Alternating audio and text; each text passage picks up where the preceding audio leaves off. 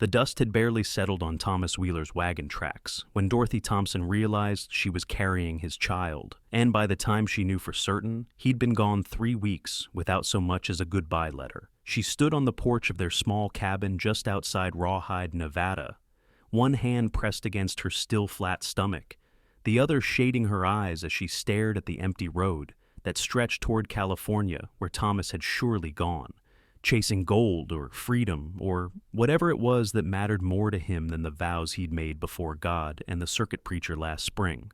Dorothy was 22 years old, and until that September morning in 1877, she'd believed herself to be a woman who understood the world and her place in it. Her father had died of consumption when she was 16, her mother 2 years later of a broken heart and influenza, and she'd worked as a seamstress in town, saving every penny until Thomas Wheeler had walked into the general store where she'd been delivering altered trousers and smiled at her like she was something precious. He'd been handsome in a refined way, with soft hands and big plans, always talking about opportunities and fortunes waiting to be claimed. She'd married him after a 3-month courtship, believing in those dreams he spun like golden thread.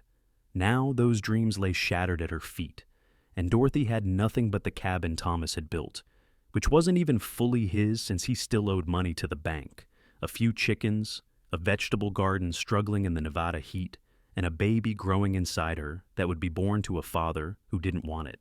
She went back inside and sat at the rough-hewn table, forcing herself to think practically. She had maybe 2 months before her condition would show, before the town would know, before the whispers would start. She had some money saved, enough for perhaps 4 months if she was careful, but after that, there would be a baby, and no way to work and no husband to provide. The cabin would be taken by the bank, she would be destitute, and worse, she would be a fallen woman in the eyes of Rawhide, even though she'd been properly married and hadn't done a thing wrong except trust the wrong man. The next few days passed in a haze of shock and grief. Dorothy went through the motions of living, feeding the chickens, tending the garden, trying to sew, but finding her hands shaking too badly to make straight stitches. She didn't go into town. She couldn't bear to face people yet, couldn't bear to lie when they asked after Thomas, couldn't bear the pity she knew would come when the truth emerged. It was on the 5th day after she'd accepted her situation that she heard a horse approaching. Dorothy looked out the window, her heart jumping with foolish hope that maybe Thomas had come back, that maybe he'd realized his mistake. But the man riding up to her cabin wasn't Thomas. He was taller, broader, sitting his horse like he'd been born in the saddle, wearing dusty trail clothes and a wide-brimmed hat that shadowed his face. He dismounted with easy grace and approached the porch, removing his hat to reveal sun-bronzed features and eyes the color of a summer sky. "Afternoon, madam," he said, his voice deep and respectful. "Name's Xavier Hunt. I'm looking for Thomas Wheeler. He around?" Dorothy's mouth went dry. "No, he's not. May I ask what this is about?" Xavier Hunt studied her for a moment, and she had the uncomfortable feeling he could see right through her. "He owes me money, hired me to help build this cabin last spring, said he'd pay me when he sold his first crop. I've been working a ranch up north, just came back to settle accounts." He glanced around at the property, taking in the struggling garden, the patched roof, the general air of abandonment that had already started to creep in. "How long's he been gone?" She could lie. She should lie. But something about this man's steady gaze made the truth spill out. 3 weeks? He left without telling me. I don't think he's coming back." Xavier's jaw tightened, and she saw anger flash in his eyes, but not directed at her. "I'm sorry, madam. That's a low thing for a man to do." He turned his hat in his hands, clearly uncomfortable. "I don't mean to add to your troubles. The money he owes me, I suppose I won't be seeing it. But I wanted to make sure you knew in case he shows up." "How much?" Dorothy asked, though she dreaded the answer. $40. It might as well have been 400. She nodded slowly. "I can't pay you. I'm sorry. I have almost nothing." Xavier shook his head quickly. "I wasn't asking you to pay his debts, madam. That's between me and him, and since he's run off, I'll take the loss. I just wanted to be square about it." He started to put his hat back on, then paused. "You got family? Someone who can help you?" "No, no one." He looked troubled. "Friends in town?" "Some." That was an exaggeration. She had acquaintances, people who knew her from the seamstress work, but no one close, no one she could turn to in real trouble. Xavier Hunt stood there for a long moment, clearly wrestling with something. Finally, he said, "Madam, I don't want to overstep, but are you going to be all right out here by yourself? This cabin's pretty isolated, and with winter coming on, you'll need supplies, firewood, someone to handle repairs when things break down." The genuine concern in his voice nearly undid her. Dorothy felt tears burning behind her eyes, but she blinked them back. "I'll manage. Thank you for your concern, Mr. Hunt." He nodded slowly, but she could see he didn't believe her. "If you need help, I'm staying at the boarding house in town for the next few days. Mrs. Patterson's place. You send word if you need anything at all." "That's kind of you." He mounted his horse, then looked down at her one more time. "Your husband's a fool, madam. I hope you don't mind me saying so." Before she could respond, he'd touched his hat brim and ridden off, leaving Dorothy standing on the porch with a strange warmth in her chest, despite everything. It had been a long time since anyone had looked at her with such simple, uncomplicated kindness. That night, lying alone in the bed she'd shared with Thomas, Dorothy let herself cry for the first time since he'd left. She cried for her lost innocence, for her baby who would grow up without a father, for the loneliness that stretched ahead of her like the Nevada desert, vast and unforgiving. But when the tears finally stopped, she felt something new stirring inside her, something harder and stronger than grief. She would not give up. She would not lie down and let life trample her. Somehow, some way, she would survive this. The next morning, she forced herself to go into town. She needed supplies, and she needed to start taking in sewing work again. Dorothy put on her best dress, the blue calico that brought out her eyes, and pinned her dark hair up neatly. She looked at herself in the small mirror over the washstand and barely recognized the woman staring back. In 3 weeks, she'd aged years. But she lifted her chin and set her shoulders, determined not to show weakness. Rawhide was a typical Nevada mining town, built on silver strikes and stubborn optimism. Main Street was wide and dusty, lined with false-fronted buildings that housed a general store, a bank, 2 saloons, a boarding house, a hotel, a livery stable, and various other enterprises. Dorothy walked to the general store, acutely aware of the glances people gave her. Did they know already? Had someone seen Thomas leave? Were they wondering where her husband was? Inside the store, Mrs. Chen, the Chinese woman who ran it with her husband, greeted Dorothy with her usual quiet warmth. "Mrs. Wheeler, good to see you. What can I help you with today?" Dorothy bought flour, sugar, coffee, and a few other essentials, spending more than she wanted but knowing she couldn't make the trip often in her condition. As Mrs. Chen wrapped her purchases, Dorothy gathered her courage. "Mrs. Chen, I'm looking to take on more sewing work. Do you know anyone who might need alterations or mending?" "Mrs.?" Chen's wise dark eyes studied her. "I always know people who need sewing. You doing all right, Mrs. Wheeler? Forgive me, but you look tired." "I'm fine, just eager to work." Mrs. Chen nodded slowly, but Dorothy had the feeling she'd been seen through once again. "I'll spread the word. You're a good seamstress. People will be glad to have you." As Dorothy left the store, her arms full of packages, she nearly collided with a man coming up the boardwalk. Strong hands caught her arms, steadying her, and she looked up into Xavier Hunt's startled face. "Mrs. Wheeler, I'm sorry. I wasn't watching where I was going. No, it was my fault. I couldn't see around these packages." They stood there for an awkward moment, then Xavier said, "Let me help you carry those. Where's your wagon?" "I don't have one. I walked." His eyebrows rose. "That's gotta be 3 miles each way." "I need the exercise." It was a weak excuse, but better than admitting she didn't have a horse strong enough to pull a wagon. Only an old mare in the lean-to behind the cabin. Xavier didn't argue, just took the packages from her arms before she could protest. "I'll walk with you. It's a long way to carry heavy things." Dorothy wanted to refuse, wanted to maintain her independence and dignity, but the truth was, her back already ached, and she had 3 miles ahead of her. "Thank you, that's very kind." They walked through town together, and Dorothy was keenly aware of the looks they received. Xavier Hunt seemed oblivious, his long stride naturally adjusting to her shorter pace, his eyes scanning the horizon like a man used to watching for trouble. Once they'd left the buildings behind and were on the dusty road that led to her cabin, he spoke. "I've been asking around about your husband. Seems he talked to a few people about going to California before he left. Mentioned gold strikes and new opportunities. I'm guessing you didn't know about any of that." "No, he told me nothing." Xavier was quiet for a moment. Some men aren't built for staying in one place. They get restless, start thinking the grass is greener somewhere else.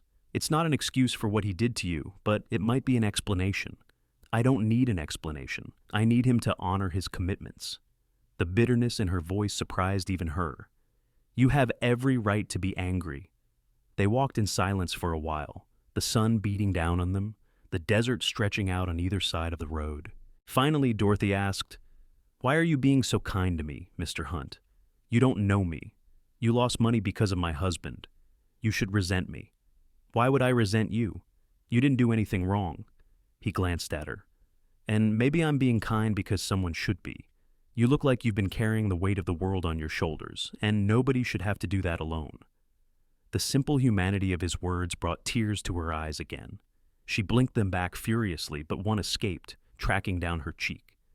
Xavier pretended not to notice, his gaze fixed on the road ahead, giving her privacy for her emotion.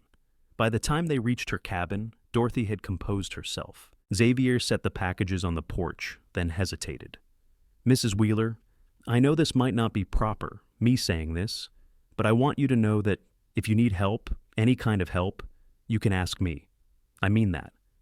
I'll be in town for at least another week or two, and I'm not the kind of man who can walk away knowing someone's struggling when I could do something about it."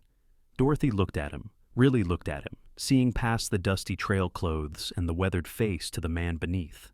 Xavier Hunt had kind eyes, she realized, and a quiet strength that had nothing to do with his size or his obvious physical capability. He was the kind of man who meant what he said. "Thank you, Mr. Hunt. I appreciate that more than you know." He touched his hat brim and turned to leave, but Dorothy heard herself call out, "Mr. Hunt, would you like some water before you walk back? It's a long way in this heat." He turned back, and a slow smile spread across his face, transforming it from merely handsome to something that made her heart skip. "I'd appreciate that, madam." Dorothy led him to the pump behind the cabin, working the handle until cool water gushed out. She filled a tin cup and handed it to him, then pumped one for herself. They drank in the shade of the cabin, and Xavier looked around at the property with an assessing eye. "You've got a good setup here. Garden could use some work, but the soil's decent. You've got water from the pump, and that's worth more than gold in Nevada. With some work, this could be a real nice homestead." "It was supposed to be," Dorothy said quietly. "We had plans. Thomas and I. We were going to build it up, maybe get some cattle, make a life here." She laughed bitterly. "I guess I was the only one who believed in those plans." Xavier looked at her steadily. His leaving doesn't mean the plans were wrong, just means he was the wrong man to build them with. Before Dorothy could respond to that, Xavier handed back the cup and said, "I should get going. Thank you for the water, Mrs. Wheeler." She watched him walk down the road, his long shadow stretching behind him in the afternoon sun, and felt something shift inside her chest, something she couldn't quite name. Over the next week, Xavier Hunt appeared at her cabin 3 more times. The first time, he brought firewood, saying he'd cut extra and thought she might need it. The second time, he fixed a loose board on her porch without being asked, noticing it when he stopped by to deliver a message from Mrs. Chen about sewing work. The third time, he helped her repair the chicken coop after a coyote had damaged it trying to get at her hens. Each visit was proper, with Xavier maintaining a respectful distance, never staying longer than necessary, always finding some legitimate reason for coming by. But Dorothy began to look forward to seeing him, to the sound of his horse approaching, to the way his presence made her feel less alone. They talked while they worked, and she learned that he was 26 years old, that he'd been cowboying since he was 15, that he'd grown up on a ranch in Montana until his parents died of fever and the ranch was sold. He had no siblings, no ties to anywhere, just his horse and his skills and the open range. "Don't you get lonely?" Dorothy asked him one afternoon as they worked side by side in her garden, pulling weeds. "Sometimes," he admitted, "but I've always figured lonely was better than trapped in the wrong place with the wrong people. I've seen what happens when people settle for less than they deserve, and it's not pretty." "Is that what you think I did? Settled for less?" Xavier looked at her, his blue eyes serious. "I think you trusted someone who didn't deserve it. That's not settling, that's being human." One evening, 2 weeks after Xavier had first appeared at her cabin, Dorothy was sewing by lamplight when she heard a commotion outside. She went to the door and saw 3 men on horses riding up, all of them drunk by the sound of their voices. Fear spiked through her. She recognized them as miners who worked claims outside town, rough men who spent their earnings in the saloons. "Well, well," one of them called out, a burly man with a red beard. "If it isn't the little widow Wheeler, where's that husband of yours, sweetheart?" "He's not here. You need to leave." Dorothy tried to keep her voice steady. "Not here or run off? That's what I heard. Heard he left you all alone out here." The man dismounted, swaying slightly. "That's not safe. A pretty woman like you all by herself. You need a man to protect you." The other 2 laughed, and Dorothy's fear turned to terror. She stepped back and tried to close the door, but the red-bearded man pushed it open, forcing his way inside. Dorothy screamed and grabbed the iron poker from beside the fireplace, holding it in front of her like a weapon. "Get out! Get out of my house!" "Now, don't be like that. We just want to be friendly, keep you company."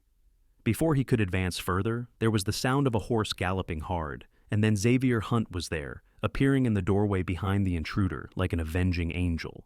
He grabbed the man by the collar and physically hauled him backward out of the cabin, throwing him to the ground with enough force to knock the wind out of him.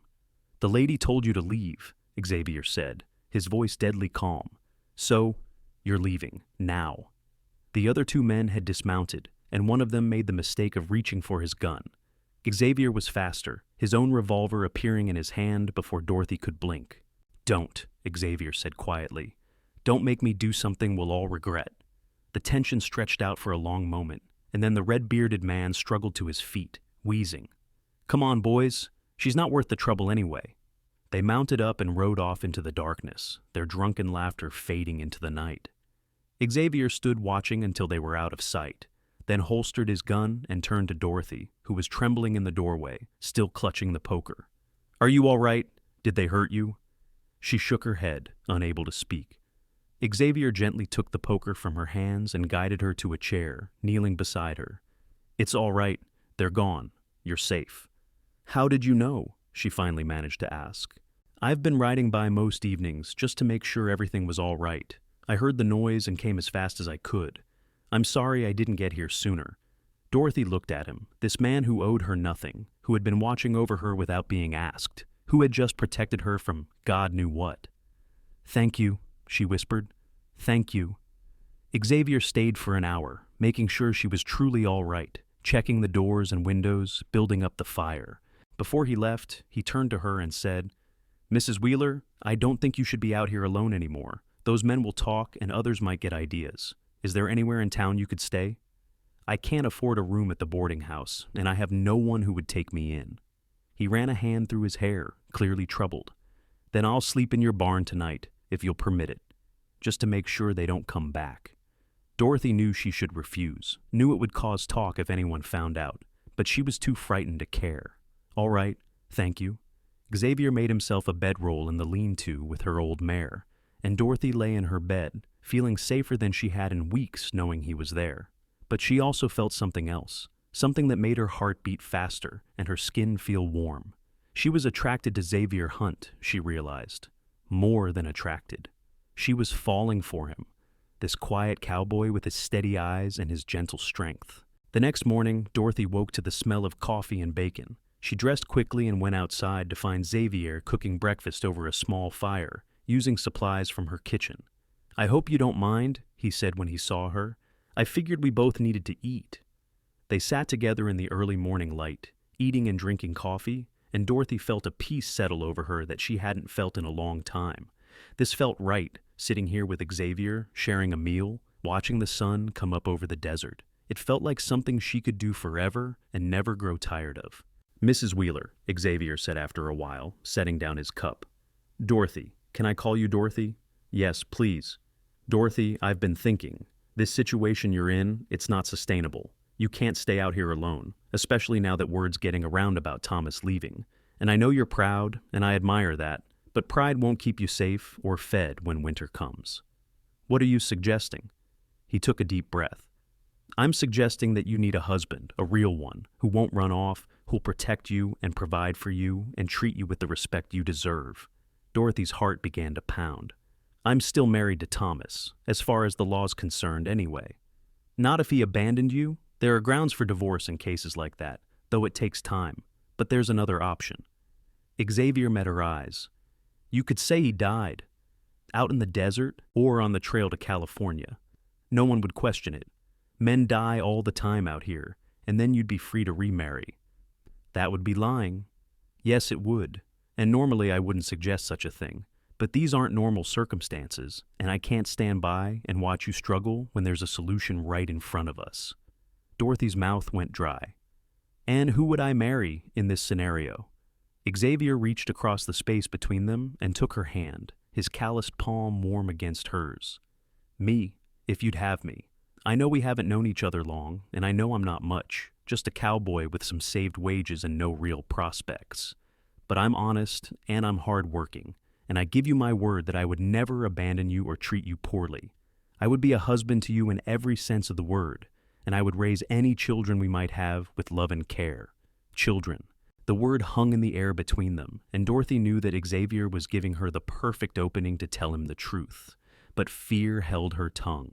If he knew she was pregnant with Thomas's child, would he still want to marry her? Or would he withdraw the offer, seeing her as damaged goods? Xavier, I don't know what to say. Say you'll think about it. That's all I ask. But Dorothy, I want you to know something. I didn't come here this morning planning to propose. This isn't some rescue mission or me taking pity on you.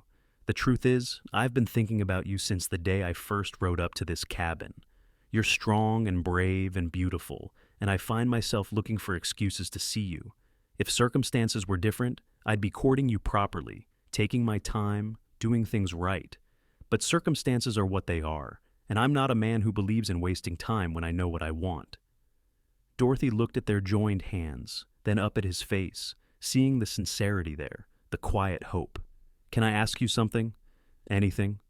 Why did you start riding by in the evenings? Before last night? I mean, Xavier smiled slightly. Because I couldn't stand the thought of you out here alone. Because I wanted to make sure you were safe. Because I was hoping for a glimpse of you. His thumb stroked over her knuckles. Because I was already half in love with you, and I didn't even realize it until just now. The words hit Dorothy like a physical blow, knocking the air from her lungs.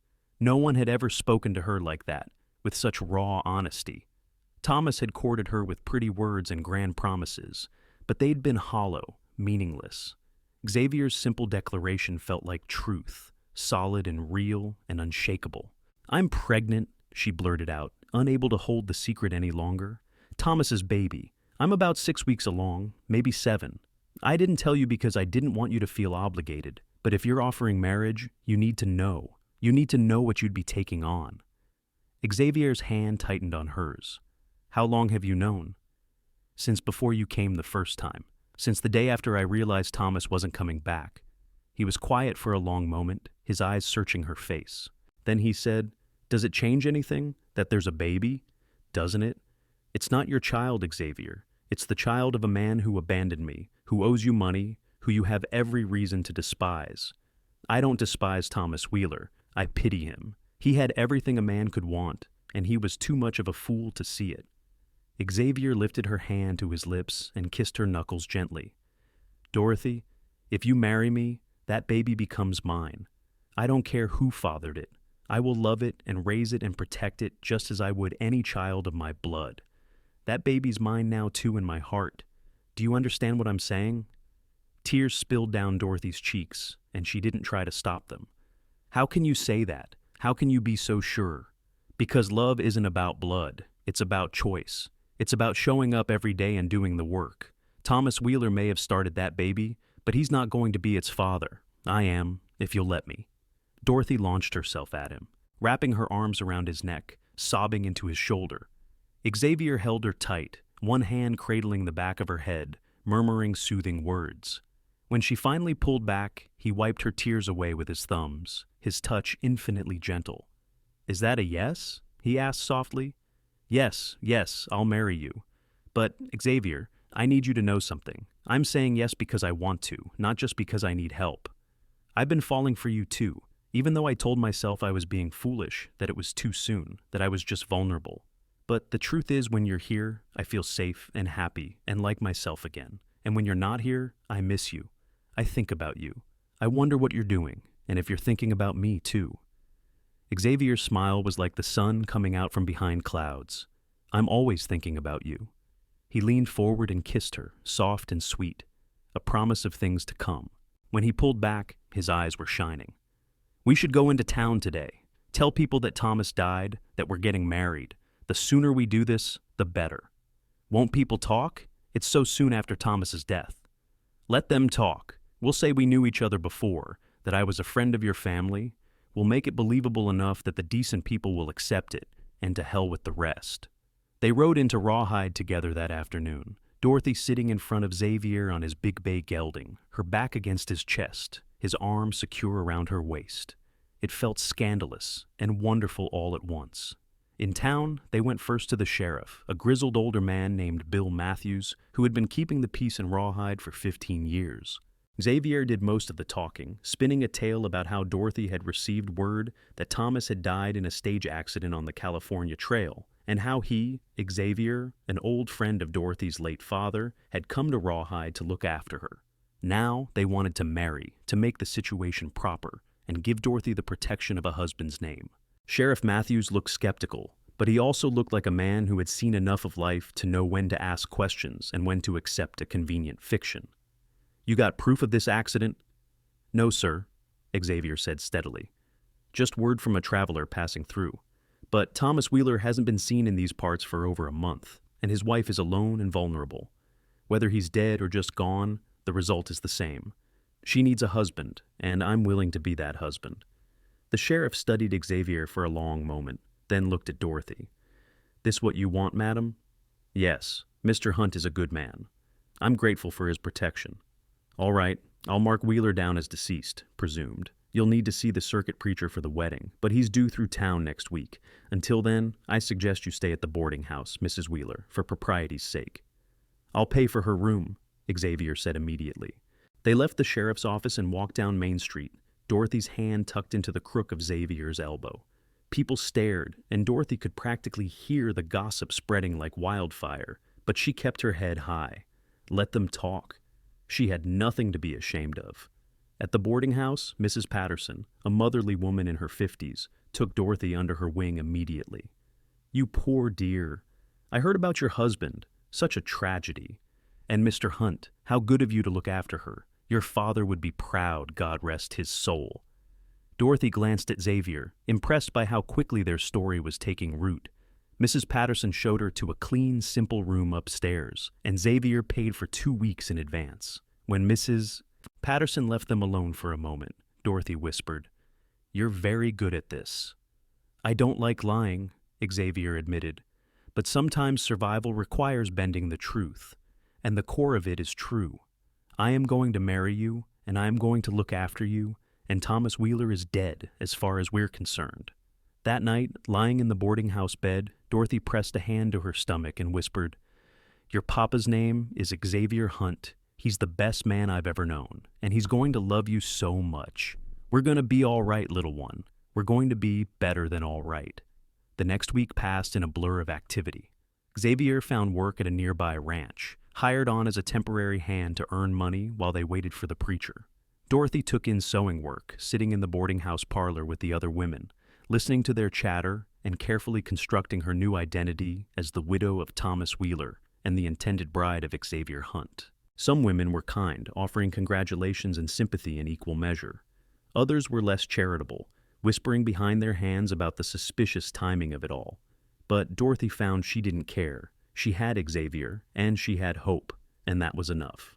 Xavier came to see her every evening after his work was done, always proper, always careful not to do anything that would damage her reputation further. They would sit in the boarding house parlor or walk down Main Street in the twilight, talking about their future. "I've been thinking," Xavier said one evening. "Once we're married, we should fix up your cabin properly, make it into a real home. I've got some money saved, and I can do most of the work myself. We could add a room for the baby, repair the barn, expand the garden, maybe get some chickens, a milk cow. In a few years, we could think about cattle. You're talking about staying, putting down roots. Is that all right? I know I said I was a drifter, but the truth is, I've been drifting because I had no reason to stay anywhere. Now I do. You're my reason, Dorothy. You and the baby. She leaned her head against his shoulder as they sat on the boarding house porch, watching the stars come out over the desert. I want that. I want to build a life with you, a real life, with roots and plans and a future. Then that's what we'll have. I promise you. The circuit preacher, Reverend Michaels, arrived in Rawhide on a Wednesday morning, and Xavier and Dorothy were married that same afternoon in the small church at the edge of town. Dorothy wore her best dress, the blue calico, with wildflowers in her hair that Xavier had picked for her that morning.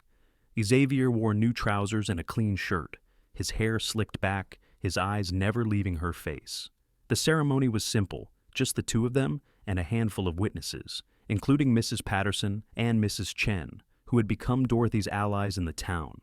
When Reverend Michaels pronounced them man and wife, Xavier kissed her with such tenderness that Dorothy felt her heart might burst.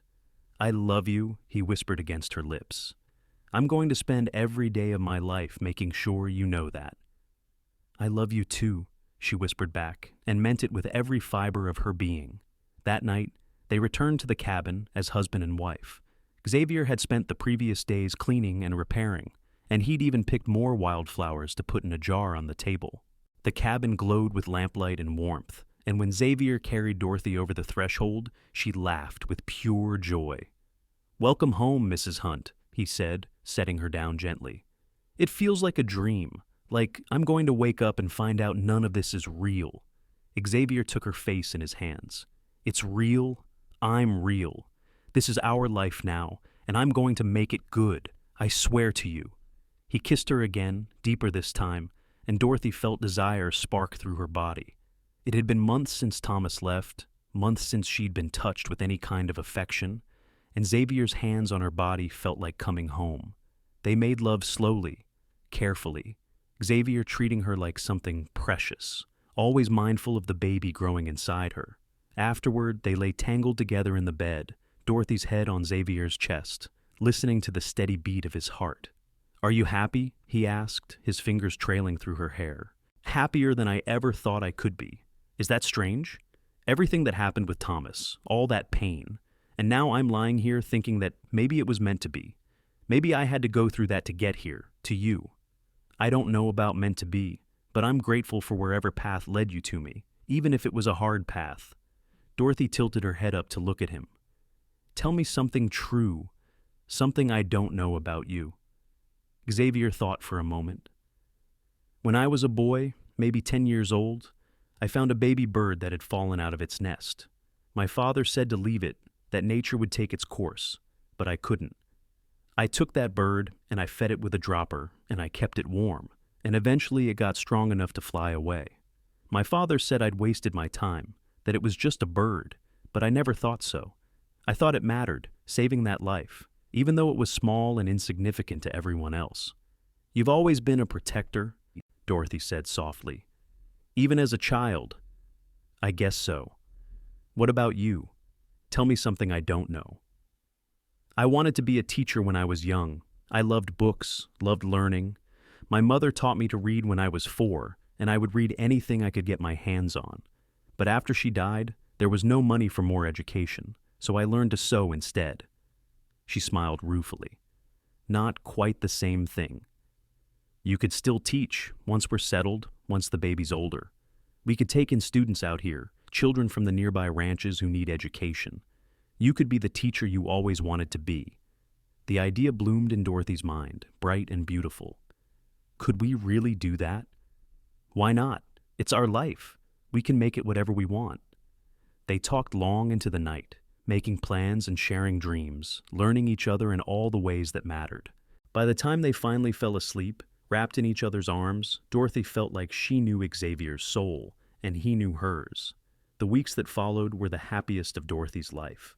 Xavier worked hard, taking jobs at nearby ranches and using his wages to improve their homestead. He added a new room to the cabin, sturdy and well-built, with a window that let in the morning sun. He repaired the barn and built a proper chicken coop, bought 3 hens and a rooster, and negotiated a deal with a rancher to get a milk cow in exchange for labor.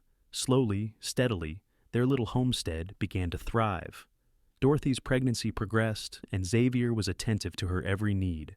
He rubbed her feet when they ached, made her ginger tea when she felt nauseous, and talked to her belly every night before they went to sleep, telling the baby stories and making promises about the life they would have together.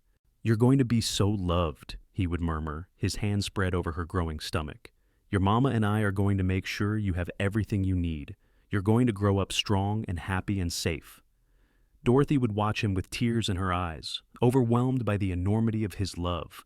Xavier Hunt had taken her brokenness and made it whole. He had taken another man's child and claimed it as his own. He had looked at her life and seen not a burden, but a blessing.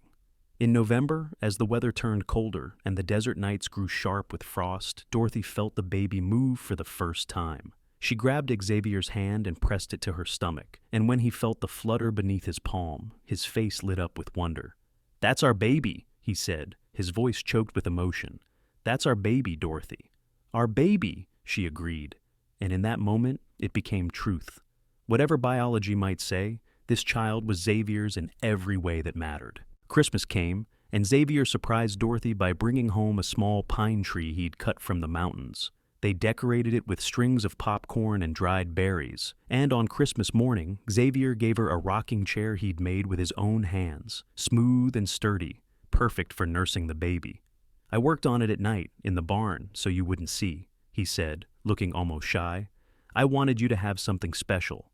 Dorothy cried and kissed him, and told him it was the best gift she'd ever received. She gave him a new shirt she'd sewn, with careful stitches and embroidered initials on the pocket. They spent the day together, just the two of them, cooking a Christmas dinner and making love by the fire, grateful for the warmth and safety they had built together. Winter deepened, and Dorothy's belly grew round and heavy. She moved more slowly now, tiring easily, and Xavier took over more of the household tasks, insisting that she rest. He was endlessly patient, never complaining about the extra work, always cheerful and encouraging. "You're growing our baby," he would say when she apologized for not doing more. "That's the most important work there is. Everything else is just details." In February, as the first hints of spring began to show in the warming days and the green shoots appearing in the garden, Dorothy felt the first labor pains. She was sitting at the table, mending one of Xavier's shirts, when the cramping started. She gasped, and Xavier was at her side instantly. "Is it time?" "I think so. The pains are still far apart, but yes, I think it's time." Xavier went pale beneath his tan, but he moved with swift efficiency, helping Dorothy to the bed, stoking the fire, heating water. Then he rode into town at breakneck speed to fetch Mrs. Patterson, who had experience as a midwife. The next 12 hours were the longest of Dorothy's life. The pain was intense, overwhelming, but Xavier never left her side. He held her hand, wiped her forehead with cool cloths, encouraged her when she wanted to give up, and loved her through every moment. Mrs. Patterson was competent and calm, guiding Dorothy through the process, and finally, as dawn was breaking over the desert, a baby's cry filled the cabin. "It's a boy," Mrs. Patterson announced, holding up the squalling, red-faced infant. A healthy, strong boy. She cleaned him and swaddled him, then placed him in Dorothy's arms. Dorothy looked down at her son, at his tiny, perfect features and his shock of dark hair, and felt love overwhelm her. She looked up at Xavier, who was staring at the baby with an expression of absolute awe. "Do you want to hold him?" she asked softly. Xavier nodded wordlessly, and Dorothy transferred the baby into his large, calloused hands. Xavier held the infant with infinite care, supporting his head, cradling him against his chest. A tear rolled down his cheek. "Hello, son," he whispered. "I'm your papa. I'm going to take care of you and your mama for the rest of my life. That's a promise." The baby stopped crying and seemed to stare up at Xavier with unfocused eyes, and Dorothy thought her heart might break from the beauty of it. "What should we name him?" she asked. Xavier thought for a moment. Daniel Hunt. It means God is my judge. Let God be the judge of how he came into this world, because to me, he's perfect." "Daniel," Dorothy repeated, trying it out. "Daniel Xavier Hunt. It's perfect." Mrs. Patterson stayed for a few more hours, making sure both Dorothy and the baby were healthy, showing Xavier how to change diapers and swaddle properly. Before she left, she pulled Xavier aside, and Dorothy heard her say, "You're a good man, Xavier Hunt. That boy is lucky to have you as a father." "I'm the lucky one," Xavier replied. The days after Daniel's birth passed in a blur of sleepless nights and overwhelming love. Xavier was a natural father, patient and gentle, never complaining when Daniel cried in the night or needed changing. He would walk the floor with the baby, singing old cowboy songs in his deep voice, and Daniel would settle, comforted by his father's presence. Dorothy recovered slowly, her body healing, her strength returning. She would watch Xavier with Daniel, seeing the love in every gesture, every look, and fall even more deeply in love with her husband. He had meant what he said. Daniel was his son, completely and utterly, and no one who saw them together would ever doubt it. Spring came in full, and the desert bloomed with wildflowers. Xavier planted a larger garden, building on the work they'd started the previous year. He brought home 2 piglets, starting what he hoped would become a profitable hog operation. The homestead thrived, and so did their little family. One evening in early April, when Daniel was 2 months old and beginning to smile, Xavier came home with news. "The ranch where I've been working, the foreman is leaving. They've offered me the job. It would be steady work, good money, and I could still live here and tend our homestead." "That's wonderful," Dorothy said, bouncing Daniel on her knee. "You've worked so hard for this." "We've worked hard, all 3 of us." Xavier sat beside her and put his arm around her shoulders, pulling her close. "I want to ask you something. How do you feel about expanding, maybe taking in a few head of cattle, building this place up into a real ranch? I think it sounds like a dream, our dream." "Then let's do it. Let's build something lasting, something we can pass on to Daniel and whatever other children we might have." Dorothy looked at him, saw the future in his eyes, and smiled. "I'd like that. I'd like more children with you. Daniel needs siblings." Xavier kissed her, sweet and tender. "I love you, Dorothy Hunt. You and Daniel are the best things that ever happened to me. I love you too. You saved me, Xavier. You and your big heart." "No," he said seriously. "We saved each other." The years that followed were full and rich. Xavier took the foreman job and excelled at it, earning respect and a good salary. They bought cattle, built up their herd slowly but steadily. Dorothy started teaching, just as Xavier had suggested, taking in children from neighboring ranches 3 days a week, using the new room Xavier had built as a schoolhouse. She loved it, loved seeing young minds expand, loved feeling like she was contributing to the community. Daniel grew from a baby into a toddler, sturdy and bright. With his mother's dark eyes and his father's smile, he followed Xavier everywhere, learning to ride almost before he could walk, learning to rope and brand and all the skills of ranching. Xavier taught him with patience and love, and anyone who saw them together knew they were father and son in every way that mattered. When Daniel was 2, Dorothy gave birth to a daughter, Emma, with Xavier's blue eyes and Dorothy's dark hair. 2 years after that, another son arrived, Thomas, named not for Dorothy's first husband, but for Xavier's grandfather. Each child was loved and cherished, raised in a home filled with laughter and affection and hard work. The homestead became a ranch. The cabin expanded into a proper house with multiple rooms and a wide porch. Dorothy's garden produced enough vegetables to feed the family and sell the surplus in town. Xavier's cattle operation grew profitable, and they became respected members of the community, known for their integrity and generosity. Sometimes late at night when all the children were asleep, Dorothy and Xavier would sit on the porch, holding hands and watching the stars. "Do you ever think about Thomas?" Xavier asked once. "Do you ever wonder what happened to him?"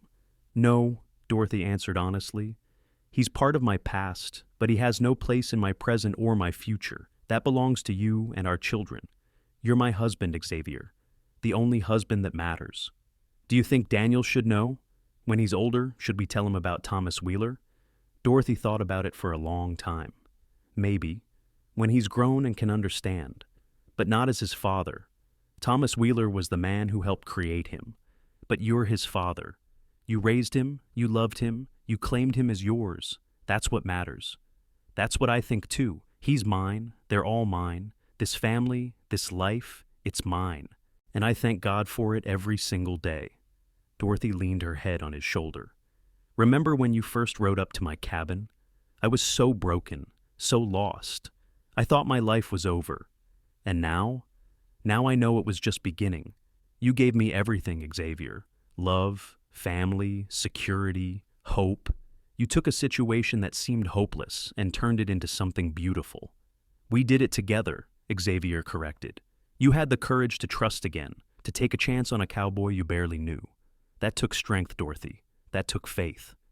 I had faith in you. I still do. I always will. They sat in comfortable silence, the desert wind soft around them, the house behind them full of sleeping children, the future ahead of them bright with promise. Dorothy thought about the journey that had brought her here, the pain and the fear and the uncertainty. She thought about Thomas Wheeler riding away, leaving her pregnant and alone, and she found she could forgive him. His abandonment had led her to Xavier, and she wouldn't trade that for anything. Daniel started school in town when he was 6, but he always came home eager to help his father with the ranch work. He was a natural cowboy, fearless and skilled, but he was also gentle, especially with his younger siblings. Xavier would watch him and smile, proud of the boy he was becoming. "He's a good kid," Xavier said to Dorothy one evening. "He has a good father," Dorothy replied. When Daniel was 10 years old, he came home from town with a troubled expression.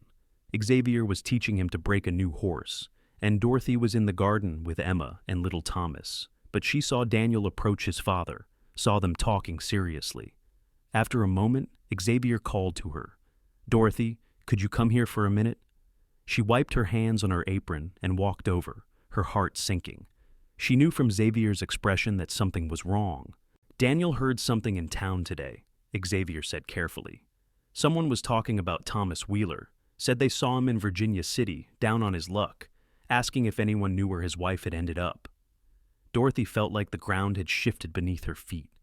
After all these years, Thomas Wheeler was back, or at least nearby, asking after her. She looked at Daniel, saw the confusion in his young face, and knew they couldn't avoid this conversation any longer. "Daniel, there's something we need to tell you," Dorothy said, kneeling to be at his eye level. "It's about your birth, about where you came from." They told him the truth, sitting in the barn with the horses moving softly in their stalls. They explained about Thomas Wheeler, about how he'd left before Daniel was born, about how Xavier had married Dorothy and claimed Daniel as his son. They explained that Xavier was the only father Daniel had ever known, and the only father that mattered, but that biologically, Thomas Wheeler had helped create him. Daniel listened quietly, his young face serious. When they finished, he was quiet for a long moment, processing. Finally, he looked at Xavier and asked, "Are you still my pa?" "Always," Xavier said, his voice thick with emotion. "Nothing changes that. I chose you, Daniel. I chose to be your father before you were even born, and I choose it every single day. You're my son, my boy." Daniel nodded slowly. "Then I don't care about the other man. If he didn't want us, he doesn't get us now. You're my pa. You're the one who taught me to ride and rope. You're the one who's always been there. He's just a stranger." Xavier pulled Daniel into a fierce hug, and Dorothy saw tears on both their faces. She put her arms around both of them, and they stood there in the barn, a family united, stronger than any blood tie. "What if he comes here?" Daniel asked. "What if Thomas Wheeler shows up?" "Then I'll deal with it," Xavier said firmly. "He has no legal claim on you, no moral claim either. He abandoned you and your mother. The law would laugh him out of court if he tried to assert any rights. But I don't think he will. From what I heard, he's looking for your mother, probably hoping she still has money or property he can claim. When he finds out she's remarried and has no interest in him, he'll move on. Men like Thomas Wheeler always do." They didn't tell Emma and Thomas, who were too young to understand, but the three of them carried the knowledge together. Dorothy found herself anxious for weeks, jumping at every sound of approaching horses, expecting Thomas to appear at any moment. But he never did. A month later, Sheriff Matthews came out to their ranch with news. "Thought you should know, Mrs. Hunt. Thomas Wheeler was seen heading west again, toward California. Seems he asked around about you, found out you were married with children, doing well for yourself. Apparently, he decided there was nothing here for him and moved on. I don't think you'll be troubled by him again." Dorothy felt a weight lift from her shoulders. "Thank you, Sheriff. I appreciate you letting us know." After the sheriff left, Xavier found her in the kitchen and pulled her into his arms. "It's over. He's really gone, and this time it's final. You're mine, Dorothy Hunt, now and forever, and nothing's ever going to change that." "I know," she whispered into his chest. I've always known.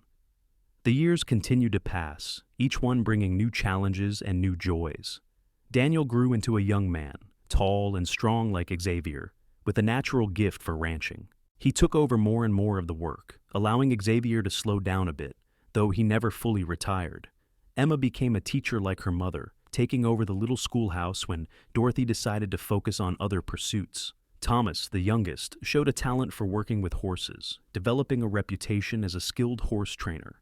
When Daniel was 21, he married a girl from a neighboring ranch, and they built a house on the far corner of the Hunt property. A year later, Dorothy became a grandmother when Daniel's wife gave birth to a daughter. Dorothy held her granddaughter and marveled at the circle of life, at how far she'd come from that frightened, abandoned pregnant woman. "What did you name her?" Dorothy asked Daniel.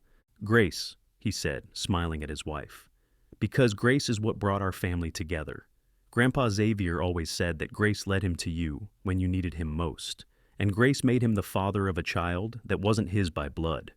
We wanted to honor that." Dorothy looked at Xavier, standing beside her, his hair gray now, his face lined with age, but his eyes still the same clear blue. He smiled at her, and she saw in that smile all the years between them, all the love, all the choices that had brought them to this moment. "Grace," Xavier repeated, touching the baby's tiny hand. "That's perfect. That's exactly right." More grandchildren followed as Emma and Thomas also married and started families. The Hunt Ranch became a thriving operation, known throughout Nevada for quality cattle and horses.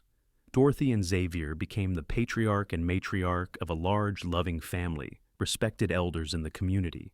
On their 25th wedding anniversary, Daniel organized a celebration, gathering all the children and grandchildren at the ranch. There was music and dancing, food and laughter, and when Xavier and Dorothy took a moment to slip away from the crowd, walking hand in hand to their favorite spot overlooking the desert, they reflected on their life together. 25 years, Dorothy marveled.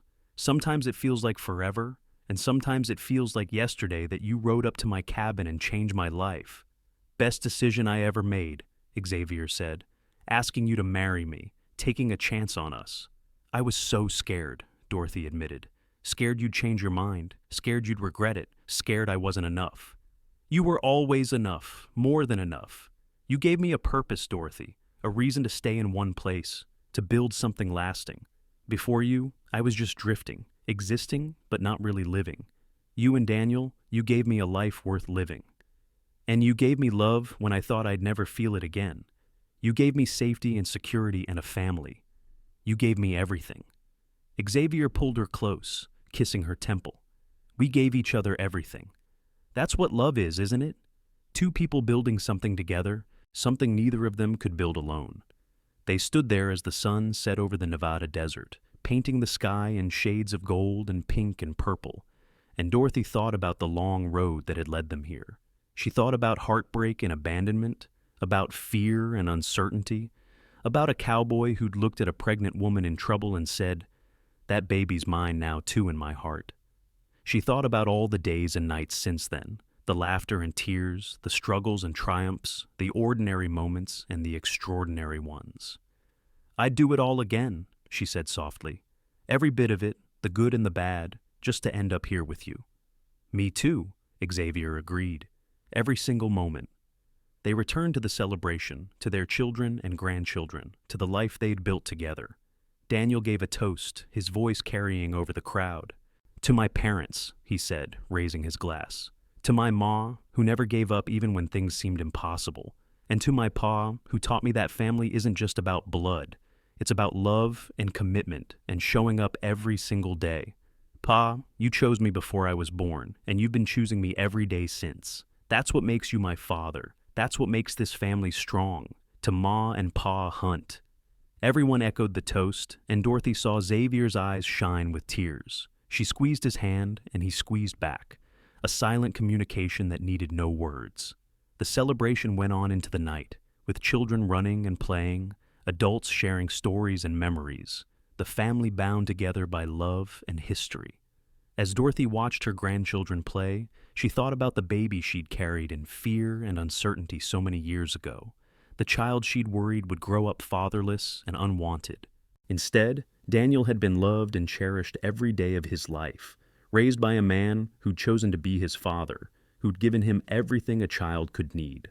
Later, much later, when all the guests had gone home and the house was quiet, Dorothy and Xavier lay in their bed, the same bed where they'd made love for the first time as husband and wife, where they'd conceived Emma and Thomas, where they'd shared thousands of nights of conversation and comfort and intimacy. "Are you happy?" Xavier asked, the same question he'd asked her on their wedding night, 25 years ago. "Happier than I ever imagined possible," Dorothy answered, the same truth she'd spoken then and every time since. Xavier wrapped his arms around her, and she settled against his chest, listening to his heartbeat, the most familiar and comforting sound in her world. They drifted towards sleep together, two people who'd found each other against all odds, who'd built a life and a family and a love that had endured through every challenge. The years ahead would bring more changes. Emma would move to Reno to start a larger school, though she'd visit often. Thomas would take over the horse breeding operation, expanding it into a successful business.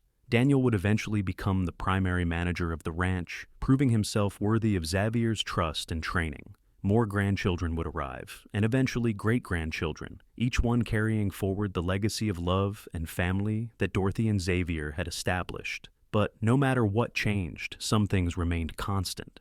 Xavier and Dorothy's love, tested by time and circumstance, only grew stronger and deeper. The ranch they'd built together thrived, a testament to hard work and dedication. The family they'd created, starting with a cowboy's choice to claim another man's child as his own, became a clan known throughout Nevada for integrity and kindness. When Dorothy was 70 years old, she sat on the porch of the house she'd called home for nearly 50 years, surrounded by children, grandchildren, and great-grandchildren.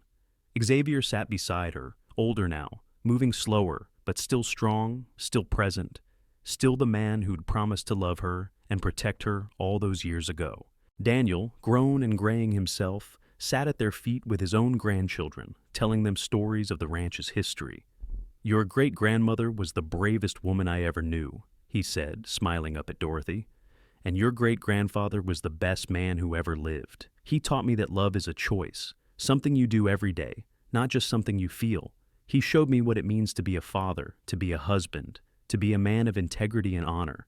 Tell us about when he first met great-grandma," one of the great-grandchildren begged. Daniel glanced at Xavier, who nodded permission and launched into the story. He told it truthfully, not hiding the difficult parts, explaining about Thomas Wheeler's abandonment, about Dorothy's pregnancy, about Xavier's choice to marry her and claim Daniel as his son. The children listened with wide eyes, old enough to understand the significance of the story, young enough to still find it magical. "So you're not really great-grandpa's son?" one of them asked Daniel when he finished. "I'm exactly his son," Daniel corrected gently. "He raised me, loved me, taught me everything I know. Biology doesn't make a family, love does. Your great-grandfather looked at me when I was just an idea, not even born yet, and he said, 'That baby's mine now too in my heart.' And he meant it. He's been my pa every single day of my life, and I've never once doubted his love or his commitment. That's what makes him my father. That's what makes this family strong." Xavier reached over and took Dorothy's hand, as he'd done thousands of times before, and she saw in his eyes the same love she'd seen on their wedding day, tested by time but undiminished, a constant in a changing world. "I love you," he said softly, just for her, still and always. "I love you too," she replied. "My cowboy, my husband, my heart." They sat there on the porch as the sun set over their ranch, over the land they'd tended and loved, over the family they'd built together. The desert wind was soft, carrying the scent of sage and the sound of children's laughter. Inside the house, women were preparing dinner, continuing the traditions Dorothy had started so long ago. In the barns and corrals, the work of the ranch continued, carried on by capable hands that had learned from Xavier's patient teaching. This was the life they'd built, Dorothy thought. This was what love looked like when it was given freely, when it was nurtured and protected, when it was chosen every single day. It hadn't been easy. There had been hard times, lean years, moments of doubt and struggle, but they'd faced it all together, never giving up, never stopping believing in each other. The story could have ended so differently. Dorothy could have been destroyed by Thomas Wheeler's betrayal, left destitute and alone with a baby, struggling to survive, growing bitter and hard. Instead, a cowboy named Xavier Hunt had ridden into her life and offered her not just survival, but love. Not just protection, but partnership. Not just tolerance of her child, but wholehearted acceptance and devotion. "That baby's mine now too in my heart," he'd said, and he'd meant it absolutely. Daniel had never been a burden or a reminder of another man. He'd been Xavier's son from the first moment, loved without reservation, raised with patience and care, given every advantage Xavier could provide. And through that choice, through that act of grace and love, a family had been born. Dorothy looked around at all the faces surrounding her, all the people who existed, because she'd trusted a stranger with a kind smile and honest eyes. Because she'd said yes when Xavier proposed. Because she'd chosen love over fear, hope over despair. Every child, grandchild, and great-grandchild gathered here was part of that legacy, part of the family that had started with a simple choice to love without conditions. "What are you thinking?" Xavier asked, watching her face. "I'm thinking about grace," Dorothy said, "about how one act of kindness, one moment of choosing love, can echo through generations. I'm thinking about how blessed we are, how rich our life has been. I'm thinking that I wouldn't change a single thing because every step led me here, to this moment, to you, to our family." Xavier brought her hand to his lips and kissed it, a gesture he'd performed countless times over their years together. "Me neither, not one single thing." As the stars began to appear in the darkening sky, as the family gathered for dinner, as the ranch settled into its evening rhythms, Dorothy and Xavier remained on the porch a few moments longer. They'd earned this peace, this contentment, this love that had weathered every storm. They'd built something lasting, something beautiful, something that would continue long after they were gone. The little cabin where it had all begun still stood, preserved now as a testament to their history. Sometimes, when the grandchildren visited, Xavier would take them there and tell them stories of those early days, of building a life from nothing, of choosing love over fear. He would point to the room where Daniel had been born, where Dorothy had labored and Xavier had held her hand, where their son had taken his first breath. He would show them the marks on the doorframe, measuring the children's heights as they grew. He would share the lessons he'd learned about family and love and commitment. And always, he would tell them, "Love is a choice. It's something you do, not just something you feel. You choose it every morning when you wake up, every night when you go to sleep, and all the moments in between. That's what I did with your great-grandmother and with your grandfather Daniel. I chose them. I chose love. And it made all the difference." Now, sitting on the porch of the home they had built together, Dorothy and Xavier represented the living embodiment of those choices. They were proof that love could overcome any obstacle, that family was defined by commitment rather than blood, that grace and kindness could transform lives. Inside, someone called that dinner was ready, but neither Dorothy nor Xavier moved immediately. They savored this moment, this perfect evening, this life they'd created together.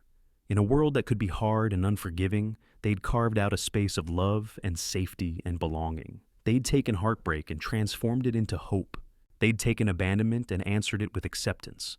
They'd taken fear and replaced it with faith. "Ready to go in?" Xavier finally asked. "With you?" "Always," Dorothy replied. They stood together, Xavier offering his arm, Dorothy taking it, the same gesture they had shared thousands of times. They walked into their home, into the warmth and light and laughter of their family, leaving the empty desert behind. The ranch house glowed with life, filled with the descendants of a cowboy's choice to love, of a woman's courage to trust again, of a child who'd been claimed and cherished before he was even born. This was their legacy. This was their happy ending. Not perfect, because life was never perfect, but real and rich and full of love. Dorothy Thompson. Wheeler Hunt had started her journey abandoned and pregnant, facing an uncertain future with terror in her heart. She ended it surrounded by love, secure in the knowledge that she'd been cherished every day of her married life, that her children and grandchildren were thriving, that the choice she'd made to trust Xavier Hunt had been the best decision of her life. And Xavier Hunt, the cowboy who drifted through life looking for something he couldn't name, had found it in a cabin in the Nevada desert, in the form of a frightened woman who needed him. He'd found his purpose in being a husband and father. He'd found his home in the family he'd chosen and built. He'd found his heart's desire in the simple act of loving Dorothy and the children they raised together. As they sat down to dinner, surrounded by the family that was their greatest achievement, Xavier caught Dorothy's eye across the table. She smiled at him, the same smile that had captivated him 50 years ago, and he smiled back, his heart full to bursting. They'd done it. They'd built a life worth living, a love worth having, a family worth celebrating. They'd proved that the best things in life came from choosing to love, choosing to stay, choosing to build something lasting. The dinner went on long into the night, filled with food and conversation and laughter. Children played while adults shared stories. Babies were passed around and cooed over. Plans were made for future gatherings, for holidays and celebrations to come. The Hunt family was strong and vibrant, a testament to the foundation Dorothy and Xavier had laid all those years ago. When everyone finally began to leave, heading home to their own houses and lives, they each stopped to hug Dorothy and Xavier, to thank them for the meal, for the gathering, for the love and example they had always provided. Daniel was the last to leave, lingering to help clean up, and before he went, he pulled both his parents into a tight embrace. "I love you both," he said, his voice thick with emotion. "Thank you for everything. Thank you for choosing each other. Thank you for choosing me. Thank you for showing all of us what real love looks like." "We love you too, son," Xavier said.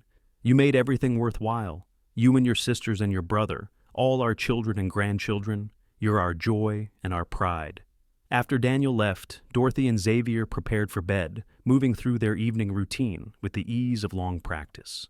They changed into their night clothes, washed their faces, said their prayers of gratitude for another day together.